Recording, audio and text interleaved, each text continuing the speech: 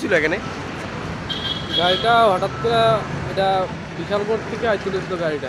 তো এই সাইডে একটা বাইক ওভারটেক করতে ছিল, সামনে দিয়েও গাড়ি আছে, পেছনেও গাড়ি আছে, তাই নিয়ে কোনো দিকে যেতে পারছে না। তো গাড়িটা বাইকটা বাঁচাতে গাড়িটা ওদিকে আটকে লেগেছে গাছের মধ্যে। কি গাড়ি এটা?